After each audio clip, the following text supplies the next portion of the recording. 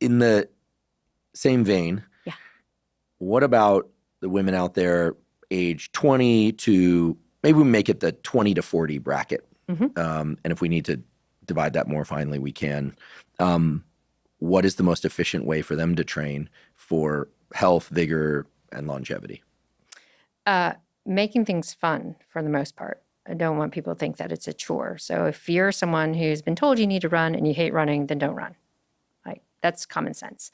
And I say that because I see little kids in non-US countries that have to run across country. And you see these kids when they're 6 years old and they're all running around the field, and they're the kids that hate running, that aren't natural runners, and then they hate physical activity for the rest of their life.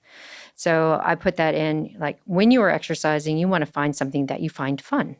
When you're in your 20s to 40s, you have more room to get away with things that might not be optimal for you when you start to get older. Big rock again is resistance training. It doesn't have to be heavy resistance training. Like I said earlier, to failure, you're periodizing. If you want to do a block of Olympic lifting, go for it. If you're like, I'm not comfortable doing that kind of lifting, I want to do more machine stuff, great. But we want to make sure that you're changing it up all the time to keep things moving and shaking with regards to strength and hypertrophy. And then it becomes more of, are you training for something that's endurance? Are you looking for just longevity, for brain health? We need to have some lactate production. Because women, as I said at the beginning of the podcast, are more oxidative, we don't have as many of those glycolytic fibers. So what we're finding in older research is that there's a misstep in brain lactate metabolism because the brain hasn't been exposed to it, especially if we're looking at women who are being studied now. It hasn't been in a societal context to do that kind of work.